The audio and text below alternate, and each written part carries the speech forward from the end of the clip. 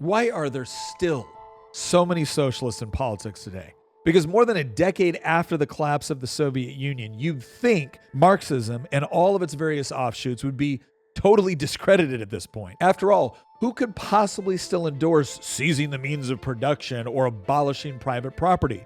Not even avowed communist countries like China or Vietnam actually practice their own ideology because they understand what happens when you do. And yet, there is no shortage of politicians across the West who seemingly haven't gotten the memo. Now, a lot of people may be chalking this up to pure opportunism or perhaps ignorance, but the answer is actually a lot darker than you might think. Because this broken ideology is actually being propped up by another thing that's broken in our society: our monetary policy. You see, when the money breaks, almost everything else in a country follows. And out of this chaos, we end up with a litany of political ideologues, to include communists, promising to fix a problem that none of them seem to understand, but which all of us feel every single day. And this is what happened to many countries throughout the 20th century, and it's happening again today. And as crazy as it might seem, none other than John Maynard Keynes understood this phenomenon. Because long before he became the chief advocate of big government stimulus programs,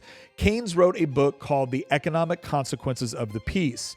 And while Keynes got a lot of things wrong, in our opinion, there's one passage in this book that he nailed with eerie accuracy. He writes, "Lenin is said to have declared that the best way to destroy the capitalist system was to debauch the currency. By a continuing process of inflation, governments can confiscate secretly and unobserved an important part of the wealth of their citizens. By this method, they not only confiscate, but they confiscate arbitrarily.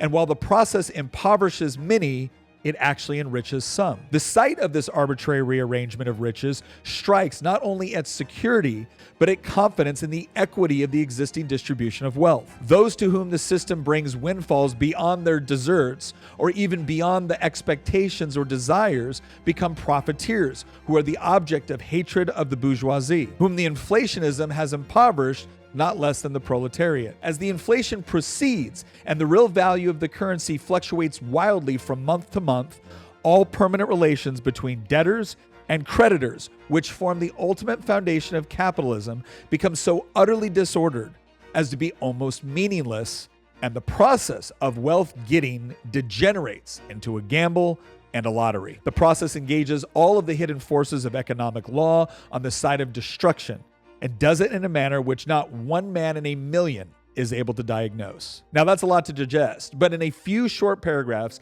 Keynes diagnosed everything from why Zoomers can't afford to buy a house today to why Zoran Mamdani is going to probably become the next mayor of New York City. This even explains why stock markets are near all-time highs, despite the fact that many people believe we're in a recession. This, more than anything else, is why communism and socialism refuse to die. Everyone understands the system is rigged, so they naturally blame capitalism for the problem, because we've been led to believe that we're living in a laissez-faire capitalist society. After all, the US defeated the Soviets in the Cold War. What else could it be? And what else could be blamed? But here's the thing: capitalism isn't what's causing us to suffer from some of the worst levels of income inequality in history, or a housing crisis where there are now more boomers buying homes than there are millennials and Zoomers combined, or an inflation crisis that is forcing the vast majority of Americans to tread water year after year, even as the stock market sets new all-time highs. It's central banks that are responsible for this, and not just some of it, practically all of it. But tragically, not enough people realize this. So when the printing press destroys the value of their money and makes artificial winners and losers, the public turns to elect radicals who promise to make everything better if we simply give them the money and power to do so. Because not only do politicians like Mamdani have no clue what's actually causing the problem, they're offering up solutions that will actually make things considerably worse. And this is the vicious cycle we seem to be trapped in. The Fed and Treasury breaks the money. The broken money breaks the economy. The broken economy breeds resentment, and the resentment gives rise to ideologies that promise revolution but deliver ruin. So if you want to stop the rise of socialism, start looking at the central bank. Because until we fix the money, we're going to keep getting more Zoran Mamdanis, more AOCs, more money printing, more central planning, more housing is a human right slogans while housing gets more expensive. Wealth becomes more unequal, and our political system becomes even more volatile.